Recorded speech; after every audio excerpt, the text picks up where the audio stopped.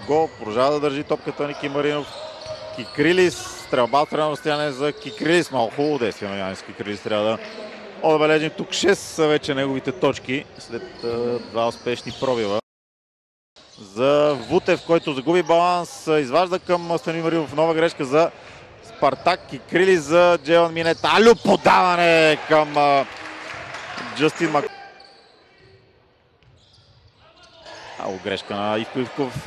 Йоанис Кикрилис пак краде и ще завърши успешно с това поднасяне. Тайм-аут за Любомир Минчев, първи за него от началото на